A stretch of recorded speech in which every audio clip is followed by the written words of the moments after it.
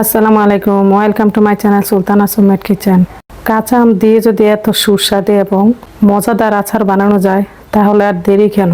আমরা কাঁচা আম ফুরিয়ে যাওয়ার আগে বাড়িতেই বানিয়ে ফেলুন তেল ছাড়া কাঁচা আমের সুস্বাদু এবং মজাদার মিষ্টি আচার কিচেনে। এই সুস্বাদু কাঁচা আমের আচারটি বানাতে প্রথমে আমার লাগবে ফ্রেশ আম। আমি বাজার থেকে কিনে নিয়েছি একদম ফ্রেশ তরতাজা আম। এখান থেকে 1 কেজি আমের আচার বানাবো। এখন আমি আমগুলো ভালোভাবে খোসা ছাড়িয়ে নিব। আমি একটা আমের খোসা ছাড়িয়ে দেখিয়ে দিচ্ছি। আমগুলো আমার কেটে নেওয়া হয়ে গেছে। এখন আমগুলো আমি মিক্সিং বলে নিয়েছি। এখন 1 টিস্পুন লবণ এবং 1 কাপ চিনি দিয়ে আমগুলো ভালোভাবে মেখে নিতে হবে। আমগুলো মেখে নিলে আপনার আচারটা যখন জাল করতে যাবেন তখন আমগুলো একটু আলাদা আলাদা থাকবে, একটার সাথে একটা গলে যাবে না। এখন আমি একটা পেচুলারের সাহায্যে ভালোভাবে মিক্স করে নিচ্ছি। আর এটা রেস্টে দিতে হবে মিনিমাম সর্বনিম্ন আধা ঘন্টা। আমার আমগুলো আমি 2 ঘন্টা রেস্টে রেখেছি, তা আমার আমগুলো বেশি দিয়ে সময় জাল করতে হয় না। এখন আমি চুলায় চলে আসলাম, বড় একটা কড়াই বসিয়ে দিয়েছি অ্যালুমিনিয়ামের। এখন আমি আরও 1 কাপ চিনি অ্যাড করে দিয়েছি। আর কালারের জন্য দিয়েছি আমি 1 টিস্পুন হলুদ এবং 1 টিস্পুন বিট লবণ। এটা বিট লবণটা দিলে আপনার আচারের স্বাদটা দ্বিগুণ বাড়িয়ে ফেলবে। এখন আমি চিলি ফ্লেক্স দিয়েছি 1 টিস্পুন।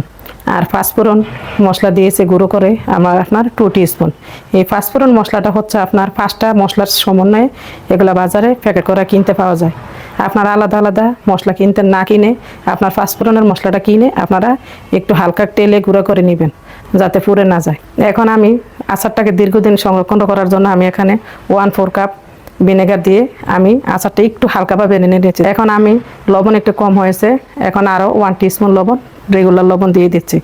এখন আমি আবারও ভালোভাবে নেড়ে চেড়ে নিচ্ছি। দেখুন আচারটা একদম পানি যা ছিল তা শুকিয়ে গেছে। এখন দেখুন সারি দিয়ে চিনির সেই শিরাটা উঠতে শুরু করেছে।